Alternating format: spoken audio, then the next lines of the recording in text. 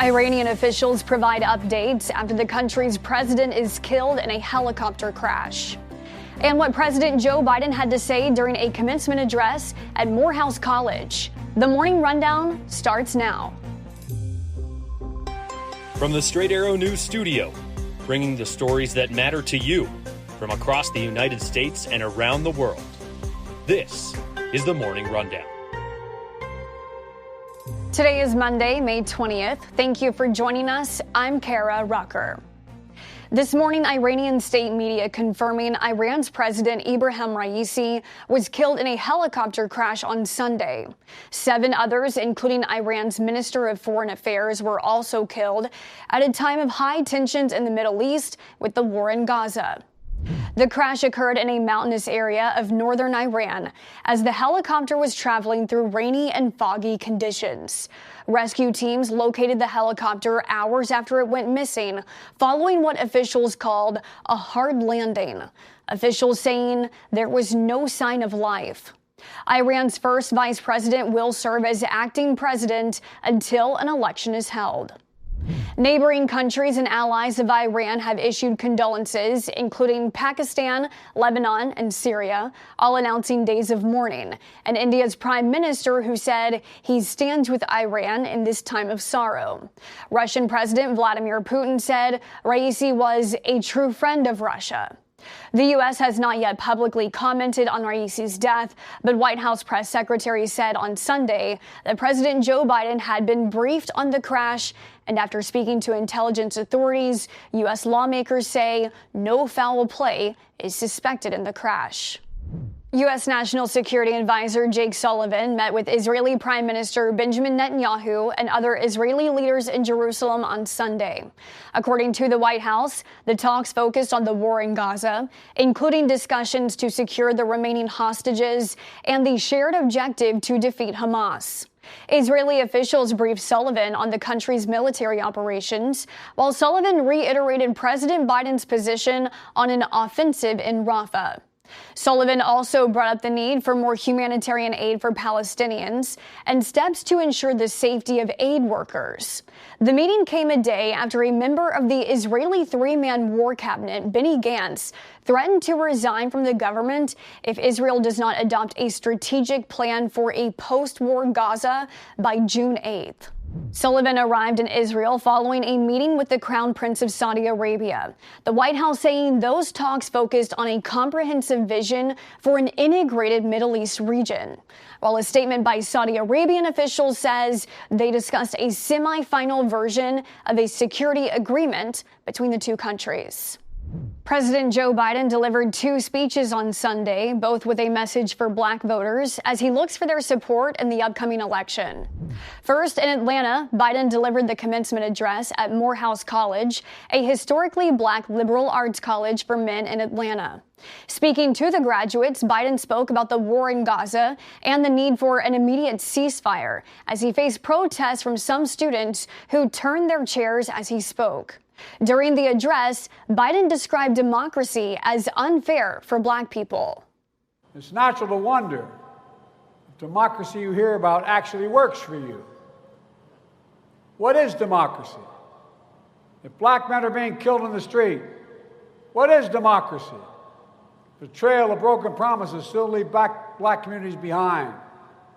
What is democracy? You have to be 10 times better than anyone else to get a fair shot.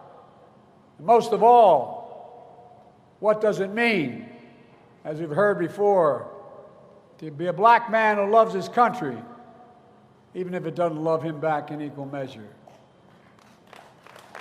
The president then traveled to Detroit, where he gave a speech to the NAACP at the group's Fight for Freedom Fund dinner, saying it was thanks to their votes that he became president. A recent Washington Post poll found 42% of black Americans say they will definitely vote for Joe Biden. The poll also found just 62% of black voters say they are absolutely certain to vote this election. That is down from 74% 4 years ago. Cross-examination will continue for Donald Trump's one-time lawyer Michael Cohen as the former president's criminal trial in New York continues today. The prosecution will then get another opportunity to question their star witness.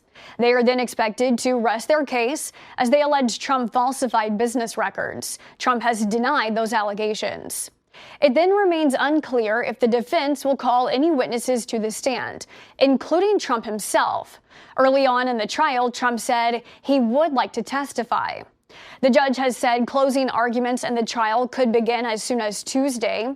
As he prepares to return to the courtroom, Trump, the presumptive GOP presidential nominee, received an endorsement from the National Rifle Association over the weekend. Speaking at the NRA's annual convention in Dallas, Trump called on the group's members to vote in November. I don't know what it is. Perhaps it's a form of rebellion because you're rebellious people, aren't you? But gun owners don't vote. What is that all about? If the gun owners voted, we would swamp them at levels that nobody's ever seen before. So I think you're a rebellious bunch. But let's be rebellious and vote this time, okay? This was Trump's 9th time to address the group. The NRA also endorsed Trump in 2016 and 2020. And you can find our latest election coverage now on the Straight Arrow News app, and be sure to enable notifications to get alerts throughout the day.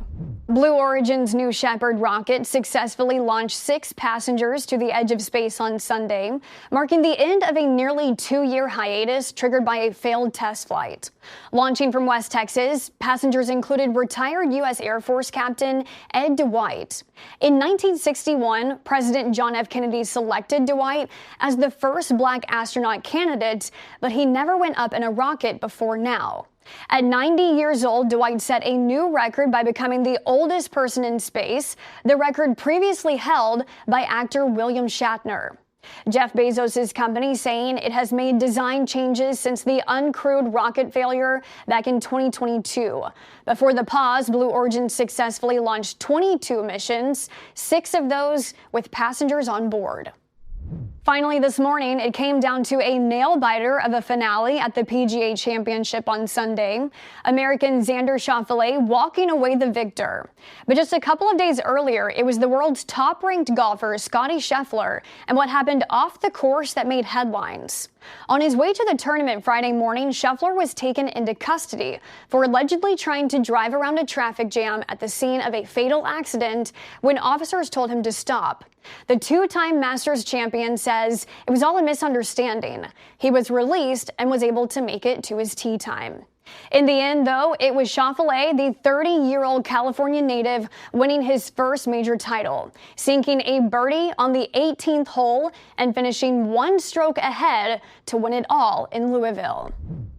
These are your top stories for this Monday. We'll see you back here tomorrow. Until then, I'm Kara Rucker. Have a great day.